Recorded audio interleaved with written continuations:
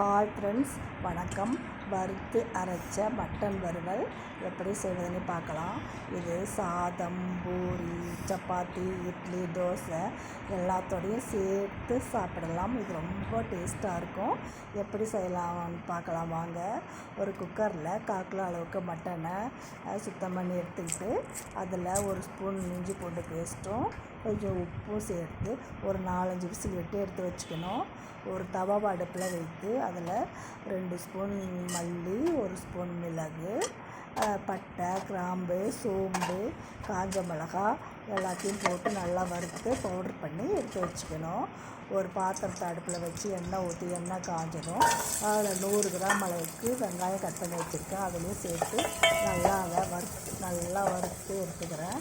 அது ஓரளவுக்கு வதங்கினதும் அதில் ஒரு தக்காளி கட் பண்ணி வச்சுருக்கேன். அந்த தக்காளியும் அதில் சேர்த்துக்கிறேன். நல்லா இது வதங்கினதும் ஒரு ஸ்பூன் இஞ்சி பூண்டு சேர்த்துக்கிறேன். சேர்த்து அது பச்சை வாசனை போகும் மாதிரி நல்லா வதக்கணும்.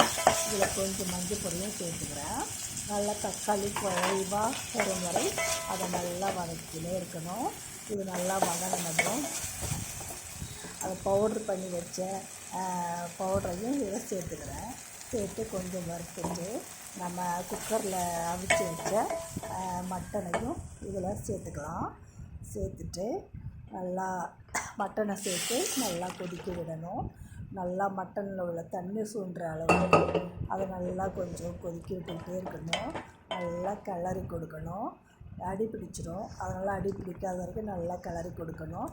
நல்லா கொதிச்சதும் அதில் ஒரு உருளைக்கிழங்கு கட் பண்ணி வச்சுருந்தேன். அதையும் அதில் சேர்த்து அதையும் நல்லா வேக விடணும்.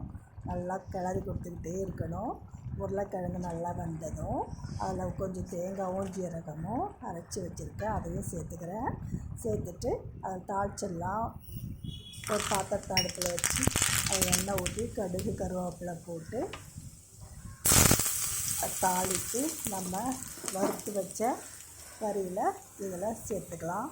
இப்போ சுவையான வறுத்து அரைச்ச மட்டன் வறுவல் ரெடி.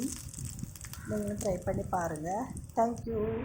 இது சாதத்தோட சாப்பிட ரொம்ப நல்லாயிருக்கும். பாருங்கள் எப்படி இருக்குது பாருங்கள். பார்த்தாலே ரொம்ப நல்லாயிருக்கு. நீங்களும் இதே மாதிரி செஞ்சு சாப்பிடுங்க. ட்ரை பண்ணி பார்த்துட்டு சொல்லுங்கள். தேங்க்யூ.